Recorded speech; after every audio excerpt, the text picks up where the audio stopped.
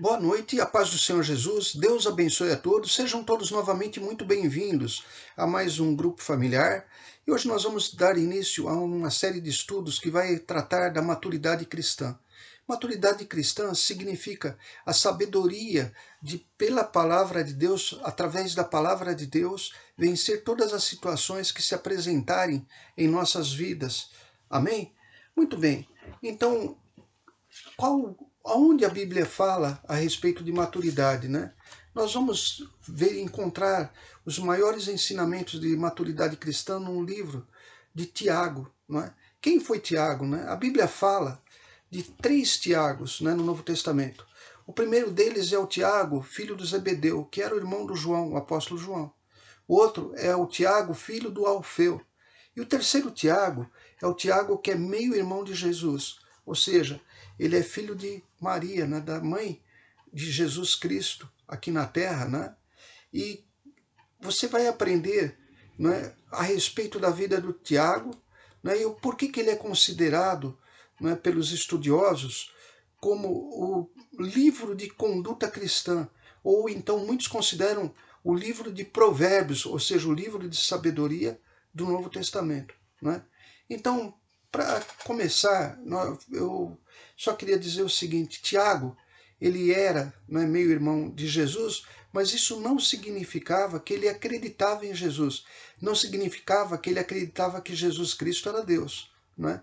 E eu queria te mostrar isso na palavra de Deus. Então, ao invés de começarmos em Tiago, propriamente, eu queria contar um pouco a respeito desse apóstolo, né, que acabou trazendo para a igreja, né, vamos dizer, os ensinamentos de maturidade.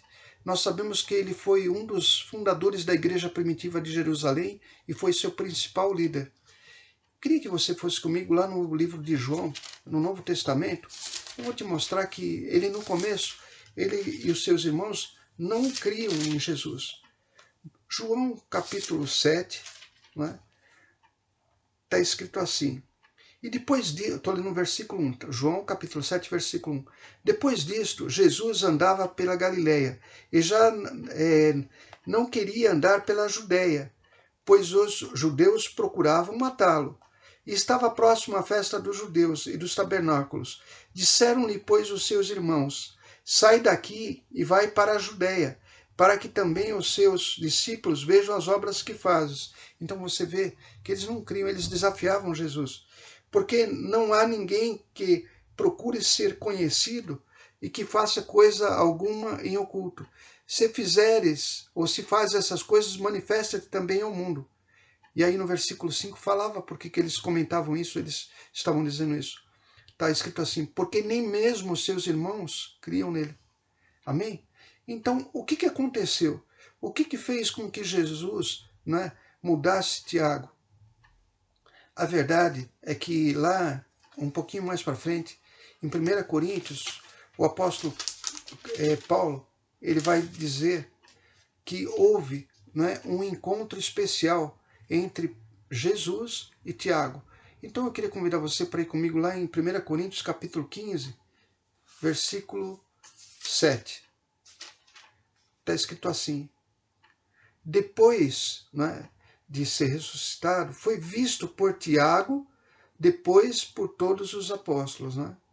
Quando Jesus ele ressuscitou, ele começou a trazer instruções para os seus discípulos. E ele teve uma, vamos dizer assim, uma visita especial para Tiago. Não é? Essa visita fez toda a diferença. Tiago, então, muda e se transforma em um cristão. Então ele deixa de ser irmão na carne, né, meio irmão na carne de Jesus, para ser o irmão espiritual de Jesus Cristo. E quando, só voltando um pouquinho para você também relembrar, quando houve a descida do Espírito Santo, o batismo do Espírito Santo, né, nós sabemos que Tiago, ele e os seus irmãos, né, e sua mãe, eles estavam aguardando lá na sinagoga. Eu queria que você fosse comigo lá em Atos, capítulo 1, né, um texto bem conhecido, mas vamos ler, né? Atos, capítulo 1, versículo 13. Está escrito assim: E entrando, subiram ao cenáculo, onde habitavam Pedro e Tiago, João e André, Filipe e Tomé, Bartolomeu e Mateus. Olha só, Tiago, filho de Alfeu, Simão o Zelote e Judas de Tiago, né? No versículo 14 está escrito assim: todos esses perseveravam, né, unanimemente em oração e súplicas com as mulheres e Maria, mãe de Jesus, e com seus irmãos. Quer dizer o seguinte: depois que Jesus ele vem novamente à vida através da ressurreição, então ficou inegável que ele era Deus. Então todos começaram a crer nele. Não é? Muito bem. Tiago, ele era considerado uma pessoa de muita confiança por parte dos discípulos e uma pessoa de muita sabedoria. Eu queria que você visse isso numa das passagens que está lá em Atos capítulo 15, quando houve uma discussão muito séria a respeito dos que tinham se convertidos, né? Mas não eram judeus, não tinham o sinal no corpo da circuncisão, não é? Que era o corte do prepúcio, não é? Então, aí existe aquela polêmica. Eu queria que você visse isso, lendo lá em Atos capítulo 15, versículo 5. Está escrito assim: alguns, porém, da seita dos fariseus que tinham crido, né, em Jesus, se levantaram dizendo que era místero, que era necessário circundá-los e mandar-lhes que guardassem a lei de Moisés. Então começou essa discussão. E aí, no versículo 6, está escrito assim: congregaram-se, pois, os apóstolos e os anciãos para considerar esse assunto. E quem que eles vão chamar? Lá no versículo 13 está escrito assim: e havendo eles calado, tomou Tiago a palavra, dizendo: varões irmãos, ouvi-me. Simão relatou como primeiramente Deus visitou os gentios para tomar deles um povo para o seu nome. E como isto concordam as palavras dos profetas com o seu escrito, nas suas escrituras. Depois disso, voltarei e reedificarei o tabernáculo de Davi, que está caído. Levantá-lo-ei, ou seja, vou levantar esse tabernáculo das suas ruínas e tornarei a edificá-lo, para que o resto dos homens busque ao Senhor, e todos os gentios sobre os quais o meu nome é invocado, diz o Senhor, que fez todas essas coisas, que são conhecidas desde toda a eternidade. Então aqui Tiago ele começa a mostrar muita sabedoria para dizer que não haveria necessidade dessa circuncisão, porque Deus já tinha circuncidado o coração deles. E aí ele fala assim no versículo 19: pelo que julgo que não se deve perturbar aqueles que dentre os gentios que se convertem a Deus. Quer dizer, deixem eles crerem no coração. Muito bem. Então, como que nós vamos receber, né, os ensinamentos de uma maturidade cristã através do livro de Tiago, não é? Então agora sim, eu queria convidar você para ir lá no livro de Tiago, né, um dos últimos livros do Novo Testamento. Eu queria começar te mostrando como que ele vai se referir a Jesus. Ele fala assim, Tiago, capítulo 1, versículo 1. Tiago, servo de Deus e do Senhor Jesus Cristo. Ele já chamava o seu irmão de Senhor e ele se colocava como servo. E as 12 tribos que andam dispersas, né? Saúde, né? Então ele faz um cumprimento. E o que ele vai ensinar? A primeira coisa que nós notamos é que Tiago vai falar a respeito de alegrar-se nas tribulações, ou seja, não ficar abatido, mas encarar a tribulação como uma prova que vai aperfeiçoar a nossa fé. Ele fala assim no versículo 2: meus irmãos, tende grande gozo quando caídes em várias tentações ou provações, sabendo que a prova da vossa fé obra paciência. Então, o que acontece? Ele está dizendo que a fé ela tem o poder, né, de superar essas provações, desde que haja a paciência, ou seja, desde que as pessoas que estiverem vivendo uma provação não percam a sua alegria na palavra de Deus. É interessante, eu queria que você deixasse sempre Tiago anotado aí, mas eu queria te mostrar como que isso está de acordo com o que Jesus falou, né, no sermão. Olha só, Mateus capítulo 5, né, quando fala do sermão da montanha, né, no versículo 40, ou melhor, no versículo 10. Vamos ler o versículo 10 em primeiro. Está escrito assim: bem-aventurados os que sofrem perseguição por causa da justiça, porque deles é o reino dos céus. Bem-aventurados sois vós quando vos injuriarem e perseguirem, e mentindo disserem todo mal contra vós por minha causa. No versículo 12: exultai e alegrai-vos, porque é grande o vosso galardão. Galardão é recompensa, né? Nos céus, porque assim perseguiram os profetas que foram antes de vós. Então, nas tribulações, nas provações, nas tentações, né, o recado que Tiago deixa, né, o ensinamento, é para que as pessoas não percam a alegria. Que alegria que é essa? Alegria espiritual, né? A força espiritual, sabendo que existe dentro daquela provação, né, um meio da nossa fé ser fortalecida. A nossa fé, ela é fortalecida diante das provações. Muito bem. Aí ele fala, estou lendo agora, voltando em Tiago 1, capítulo 4, capítulo 1, versículo 4. Tenha, porém, a paciência, a sua obra perfeita. Preste muita atenção nisso. A paciência tenha a sua obra perfeita, para que sejais perfeitos e completos, sem faltar em coisa alguma. Quando se fala em perfeição, né, e aí sim eu queria te mostrar lá em Mateus capítulo 5, quando Jesus está falando, né, no sermão, e ele fala para que todos aqueles que sigam a Deus, aqueles que busquem a Deus, que busquem, né, Ele como Senhor, que sejam perfeitos, né? Então ele fala lá em Mateus 5, 48, sede vós, pois, perfeitos, como é perfeito o vosso Pai que está nos céus. Como que isso vai acontecer? Como que nós vamos ser perfeitos? Como que um cristão maduro, ele se torna maduro? Como que ele é aperfeiçoado? Diante do quê? Diante de toda a provação em que ele busca dentro dele a paciência para superar, né? E age com alegria, com a certeza de que Deus vai fazer ele superar todas as coisas. Muito bem. Aí, Tiago, ele mostra uma outra coisa, não é? Se a maturidade significa ter a sabedoria de Deus para agir diante de todas as situações, como fazer para receber essa sabedoria? Não é? Tiago, ele mostra que para nós recebermos isso, nós só precisamos pedir. Isso daí eu queria que você visse comigo lá em Tiago, né, capítulo 1, versículo 5. E se algum de vós tem falta de sabedoria, peça a Deus, que a todos dá liberalmente, ou seja, não cobra nada em troca, né? E a não lança em rosto, e ser-lhe-á dado. Mas aí ele faz uma advertência no versículo 6. Peça, porém, com fé, não duvidando, porque o que duvida é semelhante à onda do mar, que é levada pelo vento e lançado de uma parte para outra. Uma pessoa que não é constante, ele não tem fé, ele não tem firmeza. Jesus, voltando, né, deixando sempre Tiago marcado aí, e agora voltando lá em Mateus, se quiser também deixar marcado Mateus para a gente facilitar, Mateus capítulo 7, Jesus, ele vai repetir esse mesmo ensinamento quando ele fala lá no capítulo 7, versículo 7.